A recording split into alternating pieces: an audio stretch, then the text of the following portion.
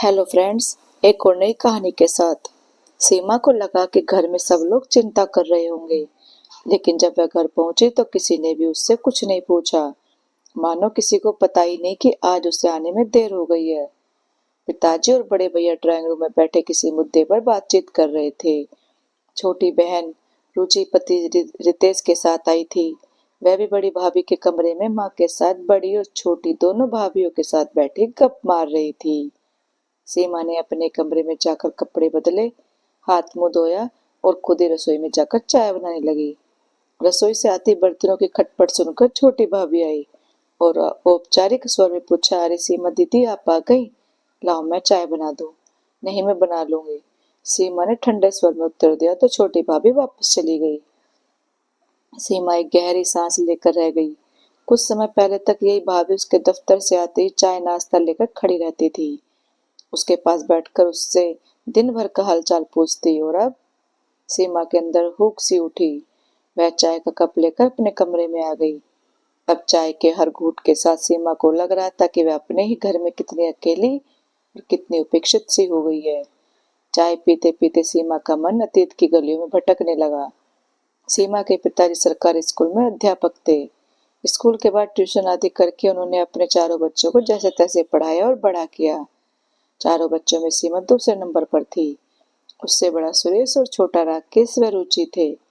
क्योंकि एक स्कूल के अध्यापक के लिए 6 लोगों का परिवार पालना और 4 बच्चों की पढ़ाई का खर्चा उठाना आसान नहीं था। अतः बच्चे ट्यूशन करके अपनी कॉलेज की फीस और किताब को उपयोग खर्च निकाल लेते थे। सीमा अपने भाई बहनों में सबसे तेज दिमाग की थी। वह हमेशा कक्षा में प्रथम आती थी। उसका रिजल्ट देखकर पिताजी यही कहते थे कि सीमा बेटी नहीं बेटा है। देख लेना सीमा की माँ, इसे मैं एक दिन प्रशासनिक अधिकारी बनाऊंगा।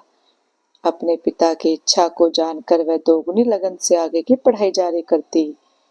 बीए करने के बाद सीमा ने 3 वर्षों के अथक परिश्रम से आखिर अपनी मंजिल पा ही ली और आज वह महिला एवं बाल विकास विभाग में उच्च पद पर कार्यरत है। सीमा के माता पिता उसकी सफलता से फूले नहीं समाते। सीमा की माँ, अब हमारे पूरे दिन खत्म हो गए। मैं कहता था ना कि सीमा बेटी नहीं बेटा है।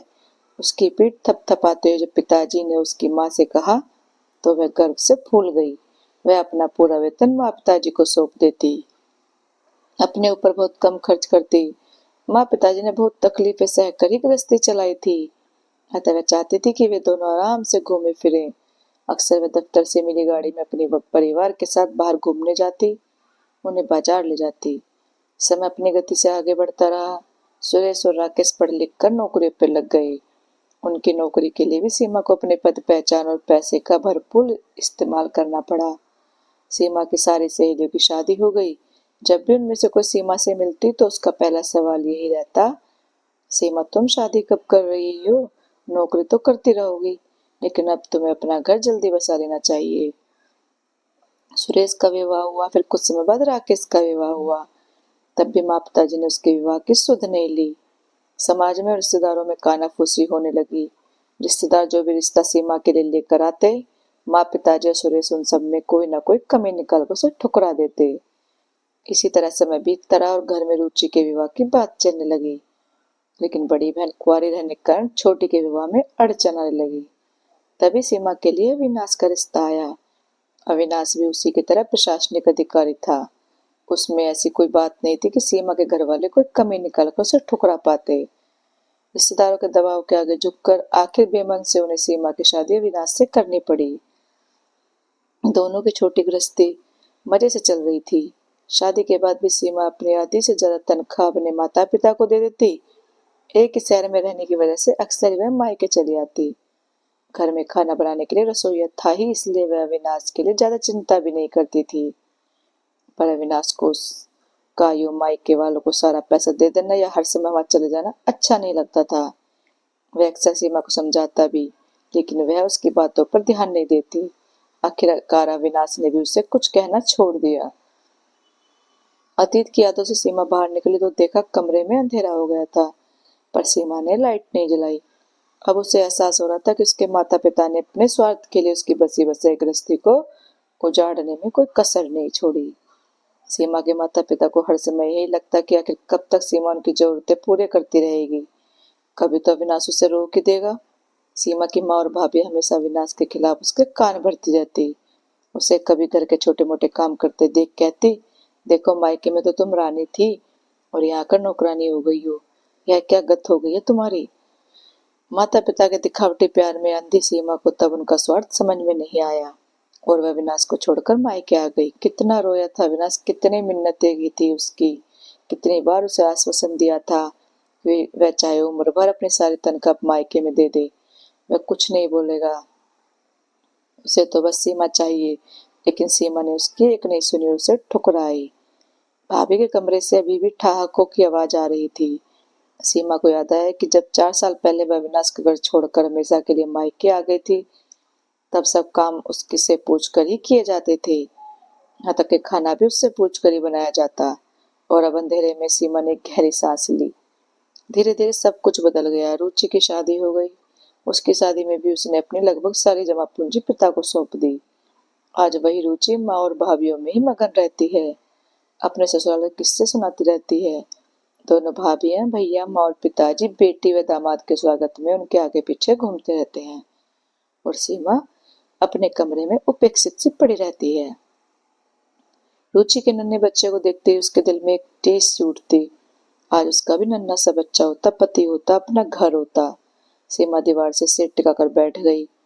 तभी कम्मा कमरे में आई। अरे अंधेरे में क्यों बैठी हो? माँ ने बत्ती जलाते हुए पूछा। कुछ नहीं माँ, बस थोड़ा सर में दर्द है। सीमा ने दूसरी ओर मुंह करके जल्दी से अपने आंसू पोंछ लिए। सुन बेटी, मुझे तुझसे कुछ काम था, माँ ने अपने स्वर में मिठास घोलते हुए कहा। बोलो माँ, क्या काम है? सीमा ने पूछा। रुचि दिवाली पर मायके आई है तो मैं सोच रही थी कि उसे एक आध गहना बनवा दो। दामाद और नन्हे के लिए भी कपड़े लेने हैं। तुम कल बैंक से 15,000 रुपये निकलवा लाना। कल शाम को ही बाजार जाकर गहने व कपड़े ले आएंगे। ठीक है, कल देखेंगे, सीमा ने तल्ख स्वर में कहा। सीमा ने माँ से कह तो दिया पर उसका मतलब भन्ना गया। 15,000 रुपये क्या कम होते हैं? कितने आराम से कह दिया निकलवाने को। कितने सालों से वह अपने पैसों से घर भर की इच्छाओं की पूर्ति करती आ रही है, लेकिन आज तक इन लोगों के लिए उसके लिए चुनरी तक नहीं खरीदी। माँ को रुचि के लिए गहने कपड़े खरीदने की चिंता है, लेकिन उसके लिए दिवाली पर कुछ भी खरीदना याद नहीं रहता। दूसरे दिन दफ्तर में सीमा का मन पूरे समय अविनाश के इर्द गिर्द घूमता रहा। उसे अपने किए पर आज पछतावा हो रहा है। लंच में उसकी सहेली अनुराधा उसके कमरे में आ बैठी। अक्सर दोनों साथ साथ लंच करती थी। क्या बात है सीमा? अनुराधा ने कहा। मैं कुछ दिनों से देख रही कि तू बहुत ज्यादा परेशान लग रही है। अनुराधा ने लंच करते समय जब अपनेपन से पूछा तो सीमा अपने आप को नहीं रोक पाई। घर वालों के उपेक्षापूर्ण व स्वार्थी रवैये के बारे में सब कुछ बता दिया। देख सीमा, मैंने तो पहले भी तुझे समझाया था कि अविनाश को छोड़कर तूने अच्छा नहीं किया, पर तुम मायके वाले के स्वार्थ को प्यार समझे बैठे थी और मेरी एक नहीं मानी। अब हकीकत को तुझे पता चल गया ना। मुझे अपनी गलती का एहसास हो गया है। मेरी आंखें खुल गई हैं। सीमा की आंखों में आंसू ढुलक पड़े।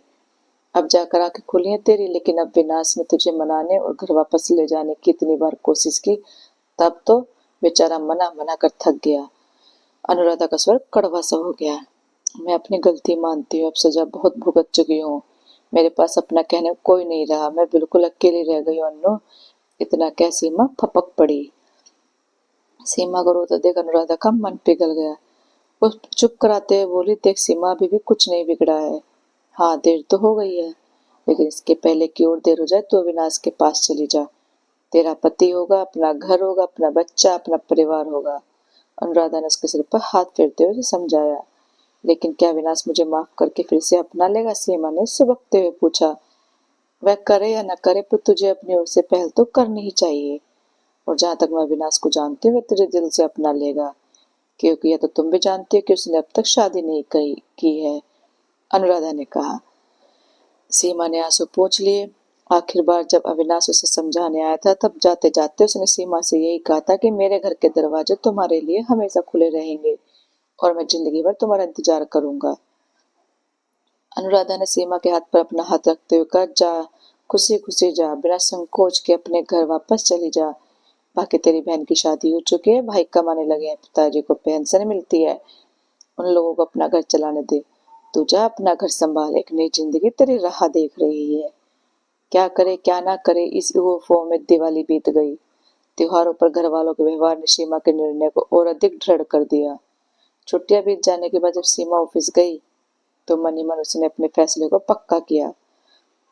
अपने जो भी जरूरी कागजात व अन्य सामान थे उसे सीमा ने ऑफिस के अपने बैग में डाला और ऑफिस चली गई। ऑफिस में अनुराधा से पता चला कि अविनाश शहर में ही है, टूर पर नहीं गया है, शाम को घर पर ही मिलेगा। शाम को ऑफिस से निकलने के बाद सीमा ने ड्राइवर को अविनाश के घर चलने के लिए कहा। हर मोड़ पर उसका दिल धड़कता कि पता नहीं क्या होगा। सारे रास्ते सीमा सुख और दुख की मिलीजुली स्थिति के बीच झूलती रही। 10 मिनट का रास्ता उसे 10 साल लंबा लगा।